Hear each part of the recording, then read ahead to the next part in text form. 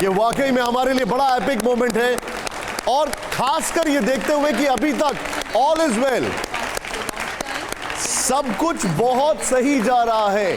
Quick reaction मैं आप सबसे लेना चाहूंगा यहाँ पर। फर्स्ट रिएक्शन क्या कहेंगे आप? Feeling very proud. आपका क्या कहना है पहला reaction? Same, like it's very proud moment for all of us.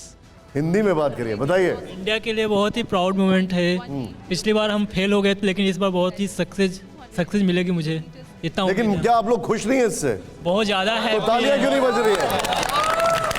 बताइए मुझे। बहुत ही गर्व का मौका है हमारे लिए। और ये बताइए मुझे, जब आप ये टेक ऑफ कर रहा था, लग रहा था कुछ टेंशन हो रही थी क्या? सर सस्पेंस पूरा सस्पेंस। और बताइए आप मुझे। Yes go ahead. हाँ आगे आइए कम माइक मेरे हाथ में रहेगा, बोलिए। हाँ सर, हमें टेंशन तो काफ़ी बनी हुई थी, लेकिन यहाँ पे लॉन्च हो चुका है और जैसा कि इसमें हज़ार डिटेक्शन सिस्टम है, काफ़ी नई चीज़ें हैं चंद्रयान 2 से, तो हमें पूरे उम्मीद है कि ये सक्सेसफुल होगा। ऑल इज वेल यहाँ पर।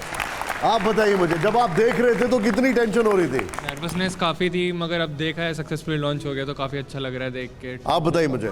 सर, मुझे तो अपने वैज्ञानिकों को बहुत भरोसा था, मुझे कोई टेंशन नहीं थी, मुझे बहुत अच्छा लगा जब ये लॉन्च हुआ। आप बताइए। तो बहुत ज़्यादा खुशी हुई है, मतलब इतना अच्छा लॉन्च हुआ है तो थोड़ी बहुत टेंशन तो सबको होती है, बट सक्सेसफुली। ओके सर, मैं एक चीज सुन रहा था which kind of took me by surprise. पर सेकेंड 2 टन्स ऑफ प्रोपेलिन अगर है वो बर्न कर रहा है इसमें, क्या है ये? It's actually a bipropellant this thing. That's a piece of really good news that the third stage has started its operation. The C-25 stage has been ignited. तीसरी स्टेज जो है उसकी एक शुरू हो बहुत गई। ही जटिल सर, प्रक्रिया पहले तीसरी होती स्टेज क्या है ये है बताइए। क्रायो इंजन का इग्निशन Sir, please go और इसके प्रज्वलन के साथ ही तालियों की गड़गड़ाहट से गूंज उठा है मिशन क्या हम यहाँ पर आए? ओके तीसरी स्टेज जो है उसको बेहतर तरीके से एक्सप्लेन करने के लिए मेरे साथ दिनेश जी है, राइट? सर बताइए, तीसरी स्टेज शुरू हो गई, क्या है तीसरी? मैं फर्स्ट से शुरू कर देता हूं ताकि बिकम्स, जैसे ये होता है सॉलिड प्रोपेलेंट, ये वर्ल्ड का बिगेस्ट सॉलिड रॉकेट्स हैं। सबसे पहले ये दोनों एक साथ फायर होते हैं, ठीक है? ये करीब 2 मिनट तक चलता है, ठीक है? 2 मिनट के बाद ये प्लीज कम हियर, आइए बीच वाला नहीं, बीच में फिर ये इसके बाद जब ये लगभग इसका फ्यूल खत्म होने लगता है, तो ये सेकंड स्टेज में ये फायर होता है बीच का। ओके तो ये लिक्विड प्रोपेलेंट मैं एक बार उनको जरा बताता हूँ, एक बार जरा दिखा दीजिए। ये स्टूडियो में जो बता रहे हैं, एक्सप्लेन कर रहे हैं, तीन स्टेजेस क्या होती है सर? आई थिंक वो वहां पर एक टेक्निकलिटी के लिहाज से अब वो बताएंगे सर। अभी जो है, पहले मैं दर्शकों को बताना चाह रहा हूं, यहां पर हमारे साथ 2 साइंटिस्ट हैं, वो आपको बता रहे हैं कि 3 स्टेजेस क्या होती हैं। अभी तीसरी स्टेज शुरू हुई है। Sir very quickly, first stage क्या है? स्टेज फिर लिक्विड। फर्स्ट स्टेज दोनों ये फायर होते हैं जो धुआं निकल रहा था, जो शुरू में होता है। ओके। ये करीब 40-50 किलोमीटर तक ले जाता है, जो ग्रेविटेशनल पुल के अगेंस्ट में जाता है। ये 630 टन का है पूरा का पूरा weight. Understood. Next 200 ton 400 ton तो इसी के वेट हो गए। जब ये फायर इसका फ्यूल खत्म होने लगता है, इसकी फायरिंग हो जाती है 2 मिनट के बाद, 2.5 मिनट के बाद, उसके बाद ये फायर होता है लिक्विड वाला, इसको L-110 बोलते हैं। ओके। 110 टन इसमें होता है लिक्विड फ्यूल। वो बता रहे थे कि करीब प्रोपेलिन 2 टन पर सेकंड बर्न हो रहा है वो। तो इसके अंदर क्या कहते हैं कि 110 टन है, तो पर टन उसके हिसाब से वो। अरे बाप रे। अच्छा, फिर उसके बाद थर्ड स्टेज क्या है? कि ये 5 मिनट के बाद ये क्रायोजेनिक इंजन इसको बोलते हैं। ओके। ये क्रायोजेनिक इंजन जो है ये 10 मिनट तक फायर होता है। ओके। और मैक्सिमम ये जो है ये लगभग 175 किलोमीटर तक पहुंच जाता है जब ये तीनों बर्न हो जाते हैं, first stage and second stage. मतलब ये फर्स्ट स्टेज जो है, फर्स्ट स्टेज में आप ये देखते हैं, ये आपने बताया सॉलिड फ्यूल है, राइट? सेकंड स्टेज में आता है लिक्विड फ्यूल। ये दोनों को मिलाकर करीब 175 किलोमीटर तक पहुंच जाता है, ऊपर तक, अगेंस्ट द ग्रेविटी। और फिर आता है ये थर्ड स्टेज में क्रायोजेनिक इंजन। जी, अब मैं बहुत इंपॉर्टेंट चीज बोलने जा रहा हूं। ये जो वेलोसिटी है, जब ये जिस स्पीड से जाएगा वो होता है 2 किलोमीटर पर सेकंड। ओके। जब ये दोनों फायर हो जाते हैं, जी, जब ये फायर होता है तो तब हो जाता है 4.5 किलोमीटर पर सेकंड। पर सेकंड। उसके बाद जब ये क्रायोजेनिक इंजन होता है, जो मोस्ट इंपॉर्टेंट है, नहीं वेट, आई टेल ये, जब क्रायोजेनिक इंजन फायर हो जाता है तो ये 4.5 से 10.2 किलोमीटर पर सेकंड होता है। तो आपने देखा कि इतना जो है 400 टन ये हुआ, इसके अंदर से इसको C-25 इंजन बोलते हैं। इसके अंदर सिर्फ 25 टन है। और ये 25 टन जो है। मुझे ये बताइए, ये जो हमारे भाई साहब यहाँ पर विक्रम और प्रज्ञान, ये दोनों कब तक वहां पर पहुंच पाएंगे? ये 1 महीना लगेगा। 23 ऑफ अगस्त वो विंडो है, वो डिपेंड करेगा 23 और 24। और अभी ये यहाँ पर हम लोग कब तक यहाँ पर, ये हमारे जितने सारे बच्चे यहाँ पर बैठे, हम कब तक ताली बजाते रहेंगे इसके लिए? ये तो ऐसा है कि 42 डेज लगेंगे इसको। आपको 42 दिन तक नॉन स्टॉप ताली बजाती रहना होगा यहाँ पर। 42 डेज इसके लिए एक सेकंड। ओके, ये जो क्रायोजेनिक इंजन है, ये हमने इसरो के इंजीनियर्स ने खुद बनाया है, जो हमें विदेशों से नहीं मिल रहा था आफ्टर पोखरान। तो आफ्टर पोखरान उन्होंने 6 इंजन दिए थे, 7 एक्चुअली, और फिर कहा हम टेक्नोलॉजी नहीं देंगे, अभी आप कीजिए जो कुछ करना है। उसके बाद हमने ये बनाया है, ये बहुत ही sophisticated। मुझे एक बात बताइए, ये क्रायोजेनिक इंजन से कितनी देर तक ये जो पूरा यंत्र है आसमान में रहेगा अभी तक? मैंने बताया ना, ये सिर्फ 10 मिनट तक फायर होता है। उसके बाद सारा रोल इसका है? हाँ, उसके बाद, हाँ मैं बताता हूँ इसमें क्या होता है।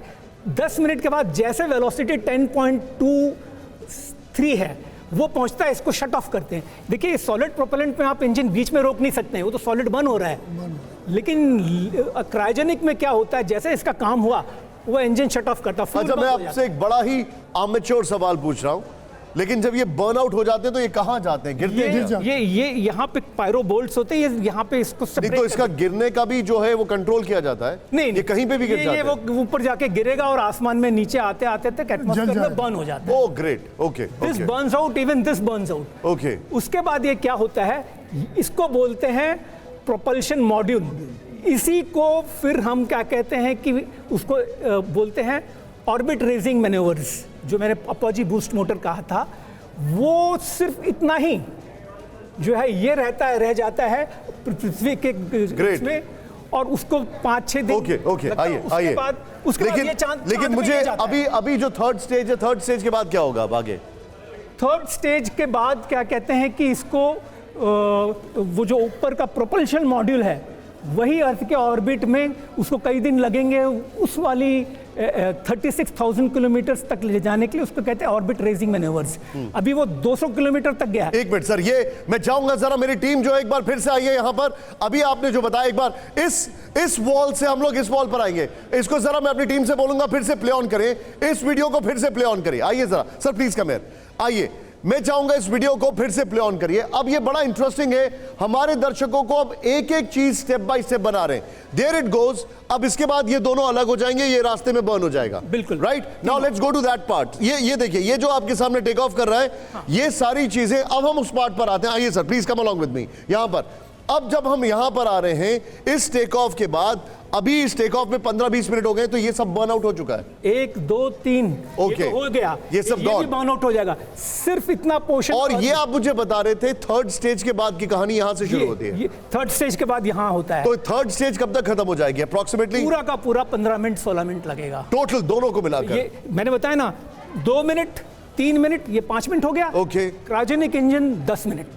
ओके, मतलब अभी जो है हम थर्ड स्टेज पार कर चुके हैं। If I say that, yes, आप देख लीजिएगा। अभी हमने थर्ड स्टेज पार कर लिया। हुआ नहीं वो, दैट विल शो। तो इसके अंदर कहीं पे भी, और फोर्थ स्टेज यहां पर शुरू होगी। ये इसको बोलते हैं प्रोपल्शन मॉड्यूल। और ये आसमान में कब तक रहेगा? यही जाएगा। अंडरस्टूड। इसके अंदर जो रोवर है, वो लैंड रोवर, जिसको हम रोवर और लैंडर। थोड़ा सा कैमरा सर, थोड़ा सा आप इस तरफ आइए, मैं बोलूंगा थोड़ा सा कैमरा पर्सन जूम इन करें। ये देखिए, 1 2 3, ये बर्न आउट हो चुका है ऑलरेडी। ये ऑलरेडी बर्न आउट हो चुका है। अब आ गए हम क्रायोजेनिक इंजन पर। जो हमको इंजन दे दिया था पोखरान के बाद, टेक्नोलॉजी नहीं दी थी और भारत के साइंटिस्ट ने कमाल किया। लेकिन उसके बाद ये पूरा का 15 मिनट, ये पूरा 15 मिनट का मामला है, ये खत्म होगा। अब जब हम यहां पर आएंगे, ये वाला पार्ट है, ये आसमान में घूमेगा। इसी के अंदर हमारा लैंडर है जिसका नाम विक्रम है, रोवर है जिसका नाम प्रज्ञान है। ये दोनों इसके अंदर मौजूद है और ये आसमान में सर्कुलेट करता रहेगा। इसके भी जो ये टुकड़े हैं, इस तरफ आ जाइए सर, इस तरफ आ जाइए। हाँ प्लीज। इसके भी जो टुकड़े हैं उसे कहते हैं फेरिंग्स। ओके। ये भी गिर जाएंगे। ओके। तो अंदर के जो वो है, वो प्रोपल्शन मॉडल वही घूमता रहेगा। इसके ऊपर क्या होता है, हीट। तो मैं क्या ये समझूं कि ये इंपॉर्टेंट है। इसके ऊपर इसको बोलते हैं फेरिंग्स, बोलते हैं इसको। ओके। ये थर्मल प्रोटेक्शन देता है, क्योंकि इतना हॉट हो जाता है तो अगर ये अंदर का जो हमारा लैंडर है वो जल जाएगा हीट की वजह से। तो जब ये एटमॉस्फेयर क्रॉस कर जाता है 100 किलोमीटर के बाद क्या होता है, 200 किलोमीटर के बाद वहां पे एटमॉस्फेयर नहीं रहता है। सो मैं एक बहुत फनी टर्म यूज कर रहा हूं, कैन आई से the fourth stage baby is on board now? ये नहीं, लेकिन उसको ऑर्बिट चेंज करना पड़ेगा। अभी ये फेयरिंग्स जब तक है ना, ये आपने देखा 2 पीस में होता है और ये दोनों तरफ से यूं बंद किया हुआ है। Okay. इसको भी क्या कहते हैं, सेपरेट होना है। तो फिर वो अकेला अंतरिक्ष में मूव करेगा? वो क्योंकि ऊपर फिर एटमॉस्फेयर है नहीं तो गर्म नहीं होगा। अंडरस्टूड Friction नहीं सर। होगा। सो ये एक बार जोरदार तालियां हो जाए हमारे साइंटिस्ट के लिए